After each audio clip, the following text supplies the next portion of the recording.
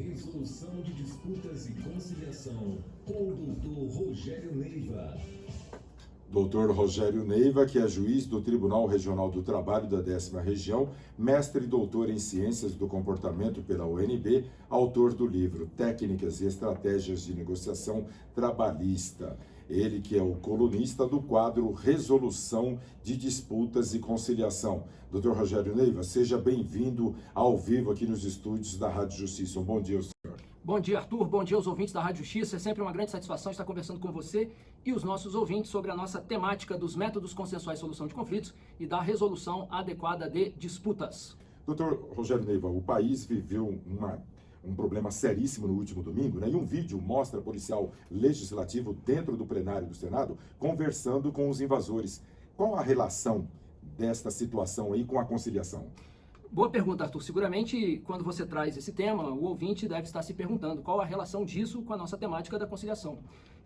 E eu resolvi trazer esse tema aqui para comentar com os nossos ouvintes, porque essa questão específica da postura dos policiais legislativos do Senado, inclusive houve um caso de um policial que chegou a se permitir tirar foto com um dos invasores, gerou uma certa polêmica, né, no meio de toda essa confusão que envolve, né, é um macro assunto que envolve vários subassuntos, e esse foi um deles, né? E aí o que aconteceu? Isso gerou uma polêmica, gerou uma crítica, né? Vários veículos fizeram matéria exatamente nessa linha, né? Inclusive num tom crítico. E logo em seguida, a Polícia Legislativa do Senado emitiu uma nota esclarecendo a postura daqueles policiais. E na nota, né, o aspecto fundamental para chamar a atenção aqui do nosso ouvinte é que foi colocado que aquele comportamento não se tratava, como aparentemente, né, foi a conclusão inicial de muitas pessoas, não se tratava de uma questão de gesto de adesão ou simpatia àquelas manifestações, né, que não são manifestações, né, são crimes, né. Aquilo se tratava de uma técnica de negociação, e essa foi uma expressão usada, e os policiais seriam sido treinados para isso. E aí, né, logo que eu vi essa nota, isso me chamou a atenção, obviamente, né, como entusiasta do tema, né, e aí eu fui ler com mais calma a nota. Inclusive eu peço licença aqui para ler rapidamente alguns trechos para o ouvinte, né, foram emitidos, pelo menos eu localizei duas notas, e uma se diz assim: muito embora o número de manifestantes tenha sido expressamente superior aos policiais legislativos, logramos êxito na proteção dos gabinetes parlamentares e de boa parte da sede do Poder Legislativo, incluindo o coração dos debates democráticos, o plenário do Senado Federal. Isso só foi possível, aí vem o ponto, isso só foi possível com organização e preparo técnico em negociação policial e em controle de multidões.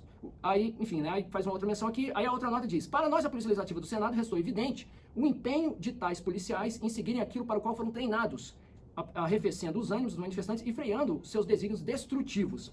Então, Arthur, e aí eu fui, né, aquilo me provocou uma reflexão que resolvi trazer para compartilhar com os nossos ouvintes, e de fato, né, inclusive eu fui dar uma folheada, uma revisitada no livro, né, que eu já havia lido, que é de uma referência na área de resolução de disputas, chamado Chris Voss, mas que tem origem, era um negociador do FBI, e acabou se envolvendo, inclusive teve uma boa interação lá com o Program Negotiation de Harvard, né, que é um dos programas de referência sobre o tema. Mas eu vi lá no livro, né, ele tem uma expressão, esse livro, né, que ele trata, chama Never Split the Difference. E ele usa um conceito que ele chama de empatia tática, né? E aí eu comecei a ler o que era empatia tática e me pareceu que faz todo sentido o que foi dito pela Polícia Legislativa. Eu também revisitei um outro livro que eu já havia lido, assim, a minha área não é gestão de crises envolvendo negociação policial, obviamente.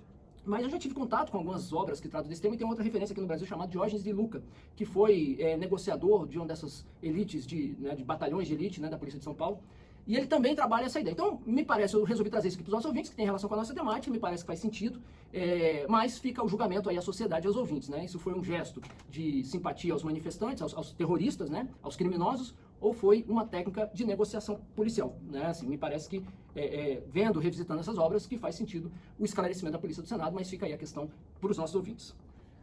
O doutor Rogério Neiva tem eu não sei a pronúncia aqui, Binance tem sinal verde para comprar ativos da Voyager nos Estados Unidos. O que trata? Então, Arthur, você tem criptomoedas? Não. Você investe em criptomoedas? Não acredito. Seguramente os ouvintes que que investem em criptomoedas, que fazem parte desse mundo, conhecem bem essa temática. Olha só que situação interessante, né?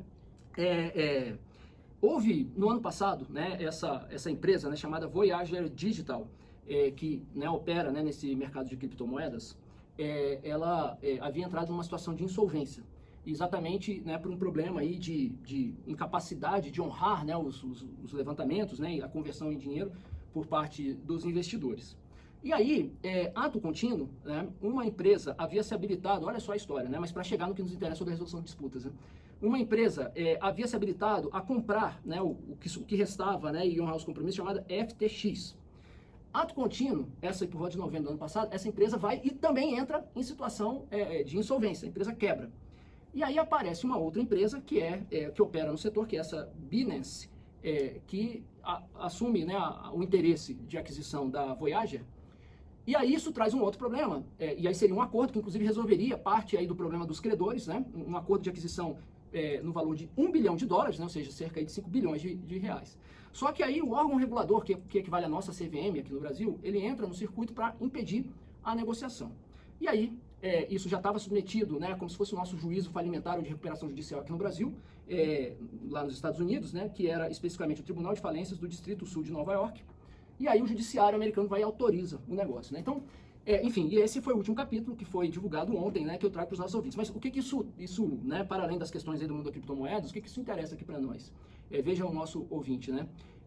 Nós estamos falando de uma negociação complexa que vai resolver um problema amplo, né, dos investidores, né, e da saúde do mercado, em que nós temos essa interação entre órgão regulador e judiciário. Como se fosse aqui no Brasil, assim, o CAD, se faz um acordo envolvendo uma empresa em situação falimentar, e acordo esse que beneficia, né, um determinado universo de pessoas, aí o CAD, por exemplo, né, um órgão regulador diz, não pode. Aí o judiciário vai e diz, pode. Né? Então, enfim, é uma questão aí para compartilhar, né, e provocar a reflexão do nosso ouvinte, mas que envolve aí o universo de possibilidades e complexidades nas quais a resolução de disputas pode atuar. Semana passada comentamos aqui um caso do basquete, que estava sendo resolvido o basquete brasileiro pela resolução de disputas, e agora aqui um caso complexo do universo das criptomoedas. Dr. Rogério Neiva, para finalizarmos, vem aí o 13º Fórum de Gestão que acontece no Tribunal Regional do Trabalho do Rio de Janeiro de 16 a 18, agora de janeiro, portanto, na próxima semana. O que vai ser debatido nesse Fórum de Gestão? Então, é um Fórum de Gestão Judiciária organizado pelo TRT da Primeira Região, e eu só quero chamar a atenção aqui do nosso ouvinte como uma oportunidade que vai haver uma palestra sobre mediação de conflitos interpessoais,